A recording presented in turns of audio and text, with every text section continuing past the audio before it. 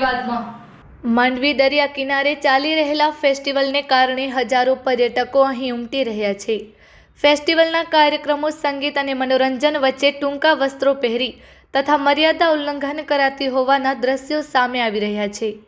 આ ફેસ્ટિવલની નજીક જ હિન્દુ સ્મશાન આવેલ હોવાથી ત્યાંની ધાર્મિક લાગણી અને સંસ્કૃતિને ઠેસ પહોંચતી હોવાનો આક્ષેપ પણ કોંગ્રેસ સમિતિ માંડવી દ્વારા કરવામાં આવ્યો છે। આ મુદ્દે માંડવી શહેર કોંગ્રેસના અગ્રણીઓએ કડક વલણ અપનાવ્યું છે। તેમણે જણાવ્યું હતું કે બીચ ફેસ્ટિવલના આયોજન દરમિયાન સનાતન ધર્મની મર્યાદાઓનું ધ્યાન રાખવામાં આવતું નથી। પશ્ચિમી સંસ્કૃતિનું અનુકરણ કરતા કેટલાક દ્રશ્યો જોવા મળી રહ્યા છે, જે કોઈ રીતે વ્યાજબી નથી। હિન્દુ સ્મશાન જેવી પવિત્ર જગ્યાની નજીક આવા કાર્યક્રમો યોજવા ન જોઈએ। બાઇટ અરવિંદસિંહ જાડેજા, પ્રમુખ માંડવી શહેર કોંગ્રેસ દ્વારા નગરપાલિકાનું ધ્યાન દોરતા સ્પષ્ટ માંગ કરી હતી કે બીચ ફેસ્ટિવલને હિન્દુ સ્મશાનથી દૂર ખસેડવામાં આવે અથવા તો સ્મશાન વિસ્તારમાં કોઈ પણ પ્રકારની મર્યાદા ભંગ ન થાય તે માટે કડક વ્યવસ્થા કરવામાં આવે।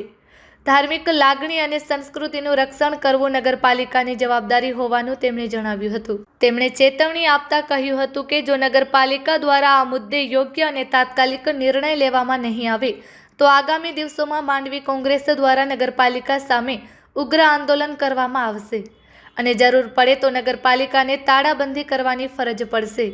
બીચ ફેસ્ટિવલને લઈને ઊભા થયેલા આ વિવાદ બાદ હવે નગરપાલિકા શું નિર્ણય લે છે તેના પર સમગ્ર શહેર સાથે આયોજકો અને પર્યટકોની નજર મંડાઈ છે।